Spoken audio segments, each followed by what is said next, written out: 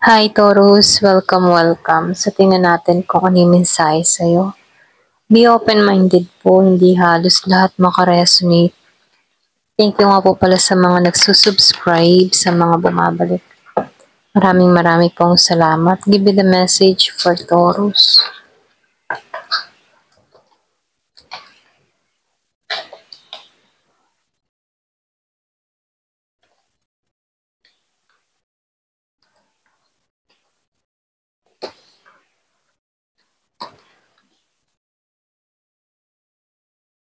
So nakikitaan ko dito, yung iba sa inyo, magiging masaya ka dito, okay? Yung bang tipo na marami kang oportunidad na parating or pwede rin sabihin meron ditong achievement kang marireceive. So, meron ditong kasiyahan naghihintay sa'yo. So, nakikitaan ko dito, sinasabihan ka lang din dito, mag-ingat ka sa pagkakatiwalaan mo dito. Pwede yung iba sa inyo, meron ditong nais na manloko, mandaya sa'yo. So, ingat ka na lang sa mga sasalihan mo, okay? Lalo na sa mga investment or sa mga i-offer sa'yo, sa mga i-aalok sa'yo. Pag-aralan mong maigi, okay? So dito, nakikitaan ko dito, kahit may mga gantong pangyayari, meron ditong promising. Yung iba sa inyo, nakikitaan ko dito, um, merong mga blessing na ipagkakalob sa'yo dito. Pwede yung iba sa inyo, travel, yung iba naman sa inyo, pag-ibig, and then yung iba naman sa inyo, sorpresa. So nakikitaan ko dito, biyaya to para sa'yo. Pwedeng ito yung nakalaan sa'yo, okay? So, nakikitaan ko rin dito, meron din ditong tao na maghihilom kung meron kang mga pinagdadaanan dito. So, nakikitaan ko dito yung paghihilom or healing na mangyayari sa'yo. So, dito, sinasabihan ka rin dito, sa bawat pagpapasya mo, sa bawat gagawin mo, sundin mo yung instinct mo, okay? Sundin mo yung iyong mga nararamdaman, yung kutob mo. Kasi nakikitaan ko dito, meron ditong temporary na parating na pwedeng pagsubok or pwede rin problema or pwede rin meron ditong manggoyo sa'yo kasi meron ditong victim, ano? So dito, may mga lihim, pwedeng meron ditong tao na lalapit sa'yo, may lihim siyang interest or meron tong balak sa'yo. So sinasabihan ka dito na sundin mo yung kutob or instinct mo dito, okay?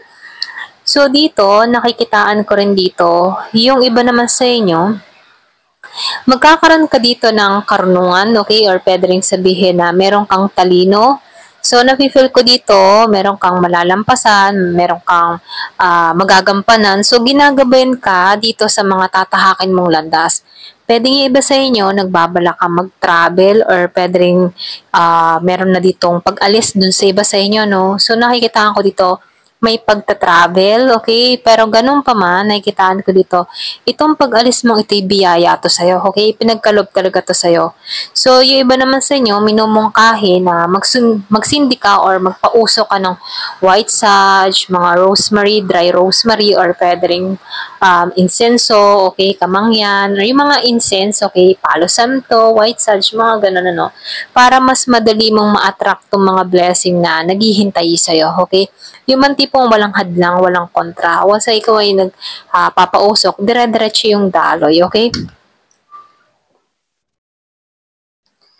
So, lumabas yung miracle. Wow, so abundance ka.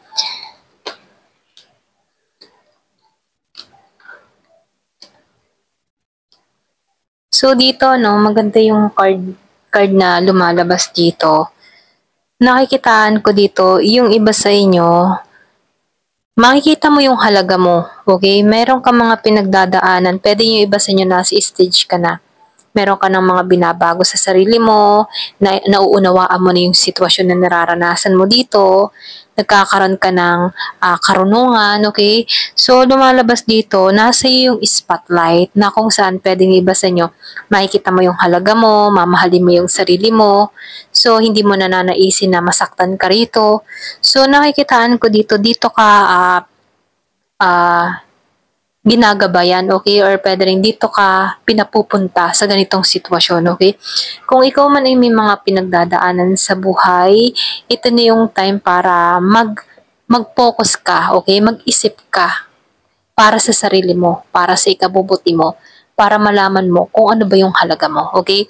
So, meron kang mga matutuklasan or madidiscover sa sarili mo na kailangan umusad, kailangan magpatuloy. Kung meron kang mga pinagdadaanan, ito na yung time para tanggalan yung mga dapat tanggalan at harapin mo tong mga miracle na naghihintay sa'yo. So, nakikitaan ko rin dito kung nakaranas ka ng kabiguan ngayon or meron kang mga pinagdadaanan sa buhay. Yan yung stage na sinusubo ka, okay? Kasi may malaking gantimpala na naghihintay sa'yo. Pwedeng dumating din sa point na talagang sirong-siro ka, pwedeng yung iba sa inyo nagiinom ng alak or pwede rin meron ka ng mga naitalo din, Pero ganun pa man, sinasabihan ka dito, mag-focus ka sa sarili mo, okay? Kumbaga, kahit ikaw ay nakaranas ka ng pagsubok or mga problema, suliranin, hindi pa huli yung lahat, Kasi nakikitaan ko dito, meron pang malaking gantimpala. Kung ikaw man ay nakakaranas ngayon ng kabiguan sa panahon ngayon, darating din yung time dito na mababawi mong lahat yung nawala sa'yo. Kasi dito, kailangan mong pagtuunan yung self-worth mo. Hindi ka dapat mag-focus dito sa mga nawala sa'yo. Hanapin mo muna muli yung sarili mo para makabuo ka muli, okay? Para makabangon kang muli. Kasi halimbawa, for example, meron kasing mga tao na kapag nabigo, talagang hindi na nagsusumikap, Kumbaga, feeling down na talaga sa sitwasyon. Pero ganun pa man, sinasabihan ka dito na labanan mo yung mga pinagdadaanan mo sa buhay kasi kaya mo tong malampasan. Kumbaga, nandito kasi stage na merong malaking gantimpala na naghihintay sa'yo, kailangan mo lang baguhin yung sarili mo, okay? So, lumalabas din dito, merong miracle. Lumabas yung miracle, Kumbaga, merong milagro, merong magaganap sa'yo, pwedeng hindi mo inaasahan na akala mo walang-wala nang mangyayari or wala nang pagbabago ang magaganap sa buhay mo. Pero dahil may miracle dito, lahat ng mga prayers mo, dasal mo, ipagkakalob sa'yo dito. So dito, kapag ikaw ay nakakaranas ng mga pagsubok, lalo-lalo kung may problema ka sa pera, sa pag-ibig, yung iba sa inyo, nagiging sandatay alak. Alam mo yun, para makalimot sa mga problema. Pero ganun pa man, tinuturoan ka dito na huwag ganun, okay? Huwag alak ang maging kasangga mo or kaibigan mo dito, Bagkos, ang maging kaibigan mo dito ay kung yung sarili mo na pwede ka pang umusad, okay? Pwede ka pang may mangyari or pwede pang magbago yung buhay mo. So, tinuturuan ka dito na maging matalino, okay? Bigyan mo ng yung matipong tinuturuan or pinaiisipan ka dito na huwag maging sandata yung alak, Kasi meron dito ako nakikita nagiinom, pwede yung iba sa inyo, pag may problema ka, inom dito, inom roon, ganyan, Pero dapat, hindi ganon, okay? Kumbaga, tinuturoan ka dito na kayanin at malalampasan mo to at pahalagahan mo yung sarili mo. Kasi dito, merong milagro na mangyayari sa'yo, pwedeng yung iba sa inyo, meron ditong trabaho or pwede rin meron ditong oportunidad na parating sa'yo na kung saan magiging busy ka na dito. So, sinasabihan ka dito, hanapin mo yung passion mo, okay? Kung may mga nawala man sa'yo dito, nakikitaan ko dito makakabangon at makakabangon ka dito kasi kasaganahan yung nag-iintay sa'yo at magiging milagro to sa buhay mo. So, sinasabihan ka dito, kailangan lang dito ng doble sipag, tiyaga, okay? Kailangan ng sipag, tiyaga, At magkaroon ka ng pangunawa sa lahat ng mga nangyayari mo, may mga dahilan yan, okay?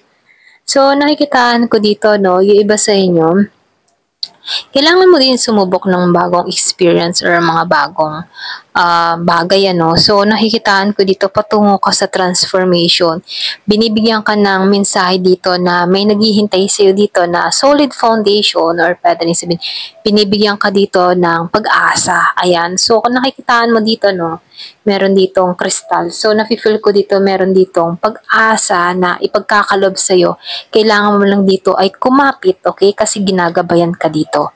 Ayan. So, ito na yung mensahe, kung nakaranas ka na nabiktima ka, kaya dito nakakaranas ka ng pagkalugmok, pwedeng yung iba sa inyo na paglinlang sa investment, pero sinasabihan ka dito, huwag kang susuko. Ayan. Kahit nakaranas ka ng ganito, huwag mong hayaan na malugmok ka palalo, okay? Kasi pag nag-inom ka, lalo kang mawawala sa focus. Kaya dito, sinasabihan ka dito, magpatuloy, okay? Magpatuloy. Ayan. ituloy yung mensahe, no? So, tingnan natin kung ano pa yung message sa'yo.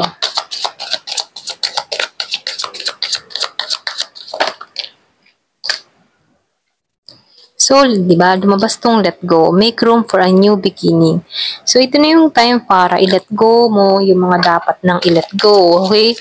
Yung mga nangyari na masasakit, pakawalan na to. Huwag mong hayaan na ma-stuck ka sa ganong sitwasyon. Yung hindi ka makarecover sa mga pinagdaanan, sa past relationship mo, sa mga nagbiktima sa'yo, kung nabiktima ka man, kailangan mo na tong i-let go para magkaroon ng panibagong espasyo para sa'yo. Okay?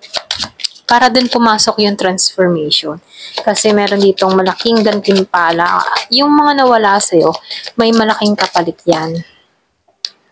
So, dito, no, nakikitaan ko, meron dito nag-spy, pwedeng meron ditong tao na inaalam kung ano yung nangyayari sa'yo, kung anong ganap sa buhay mo. So, meron dito Mercury retrograde. So, nakikitaan ko dito, meron kang issue, yung iba sa inyo, pwedeng meron kang kausap, lalo-lalo na sa online, pwedeng hindi kayo nagkaintindihan, hindi nagkaunawaan. So, andun pa rin yung issue or pwede meron ditong nire-review or hinahanap, binabasang maigi kung saan nagkamali sa usapan. Okay? Pwedeng meron kang person dito or kung meron kang kakilala, pwedeng meron kayo ditong hindi na pagkaintindihan, hindi nakapag-unawan na kung saan nire-review niya dito. Okay? May review na nangyayari. Okay? So, meron ditong tao na nag-confess or pwede rin merong gustong sabihin sa'yo. Yung iba sa inyo, meron ditong tao na gustong mag-confess, kung ano man yung gusto niyang i-confess sa'yo. Ayan, pwedeng naging-guilty na to. Ayan, or pwede rin meron lang ditong tao nagkakaroon ng interest sa'yo. Gusto nang i-confess yung kanyang nararamdaman dito. Ganyan. So, nakikitaan ko rin dito, no, yung iba sa inyo, pwedeng yung iba sa inyo a-attend ka ng kasal, okay? Pwedeng meron ditong bakasyon na naghihintay sa'yo or pwede rin nagbabala ka magbakasyon, okay? Ayan, ito lang yung nakikita ko, no? So, nafe-feel ko dito, pwedeng meron kang makilala dito sa pupuntahan mo or kung ano man yung event na dadaluhan mo. Ayan. So, meron ditong special someone na parating. Ayan. Hanggang dito na lamang po. Thank you for watching. Love and peace.